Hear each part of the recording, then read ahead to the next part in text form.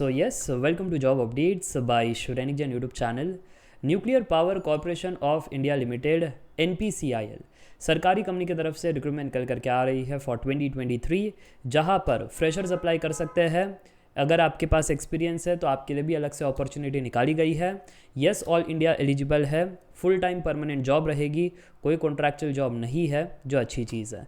CDC provide कर रहे हैं 80,256 रुपीज़ पर मंथ। डिप्लोमा या BTech एनी ब्रांच, BSc वाले बच्चे अप्लाई कर सकते हैं। बहुत सारे डिप्लोमा के अंदर ब्रांचेस है, वैसे एनी ग्रेजुएट अप्लाई कर सकते हैं, तो BTech एनी ब्रांच अप्लाई कर सकते हैं। तो आज वीडियो किसी को भी नहीं छोड़ना है, अच्छी चीज़ है। इसी बात पर चैनल को सब्सक्राइब कर दो, वीडियो को लाइक कर दो, ताकि बाकी स्टूडेंट्स तक भी ये चीज़ पहुँच जाए। वैसे एक छोटा सा अनाउंसमेंट, जॉब अपडेट्स कम्युनिटी में अभी तक अगर आप नहीं जुड़े हो देन डू डाउनलोड शुरैनिक जैन स्टडी सिंप्लीफाइड ऐप।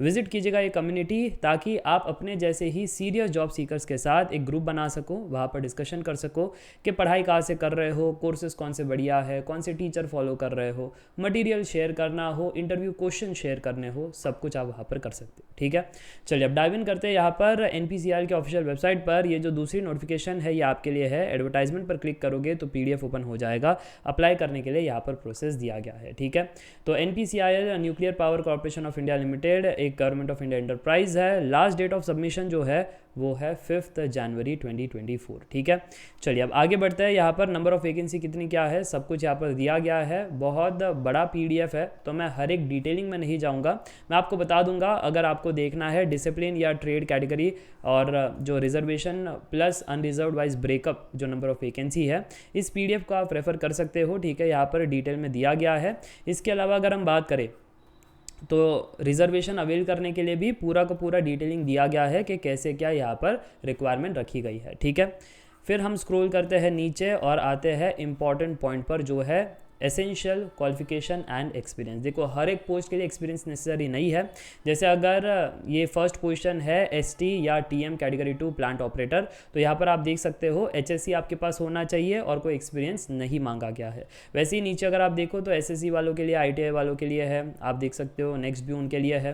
तो सर जी हमारे लिए कौन सी है, यानी डिप्लोमा BSc डिग्री वालों के लिए। तो नोट कीजिएगा, फिजिक्स या केमिस्ट्री ये जो पोस्ट है ये BSc वालों के लिए है। BSc जो होना चाहिए with physics as principal and chemistry, mathematics, statistics, electronics and computer science as subsidiary. Sir ji अगर हमारा मैथमेटिक्स पहला हो तो, प्राइमरी हो तो, यहाँ पर लिखा गया है candidates having mathematics as the principal subject as BSc are not eligible. मुझे लगता है ये बात क्लियर है।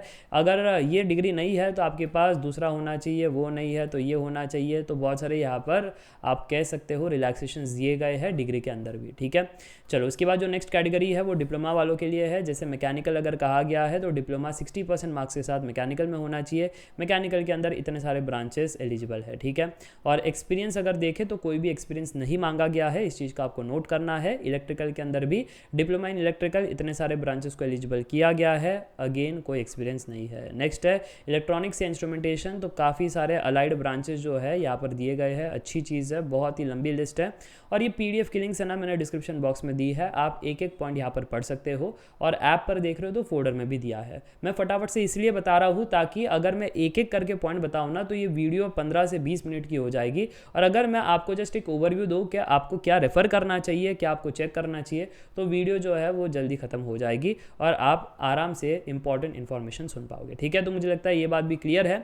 और इसके अलावा अगर हम बात करें तो जो एक्सपीरियंस वाला पोस्ट है वो ये है साइंटिफिक असिस्टेंट या सी सेफ्टी सुपरवाइज़र, जिसके अंदर 3 साल का डिप्लोमा इन इलेक्ट्रिकल इंजीनियरिंग, जिसके अंदर ब्रांचेस है mechanical, electrical, civil, chemical, production, ये होना चाहिए। या फिर आपके पास 2 ईयर्स का डिप्लोमा इस प्रकार से है वो होना चाहिए। और साथ ही साथ candidate should have 4 years of work experience after obtaining the requisite qualification. तो ये एक्सपीरियंस वाली कहानी है, ये एक ही पोजीशन ऐसी है। इसके अलावा अगर हम बात करें सर BTech एनी ब्रांच, तो ये लो any bachelor's degree with 50% marks aggregate होना चाहिए। तो आप यहाँ पर इस पोजीशन के लिए अप्लाई कर सकते हो। और essential requirement for the skill test ये है, पर अगर आपने कंप्यूटर साइंस या कंप्यूटर एप्लीकेशन से डिग्री हासिल की है तो उस केस में ऊपर वाले जो सर्टिफिकेट्स है वो ज़रूरत नहीं है। ठीक है, तो मुझे लगता है ये बात क्लियर है। इसके अलावा अगर हम बात करें तो सैलरी के बारे में यहाँ पर डिटेल जानकारी दे रखी है, तो आप देख सकते हो सारी की सारी जानकारी यहाँ पर दे रखी है। एंड ये पे स्केल जो है साइंटिफिक असिस्टेंट का, तो यहाँ पर आप देख सकते हो ये फाइनल पे नहीं है, नहीं तो बहुत सारे स्टूडेंट्स कहेंगे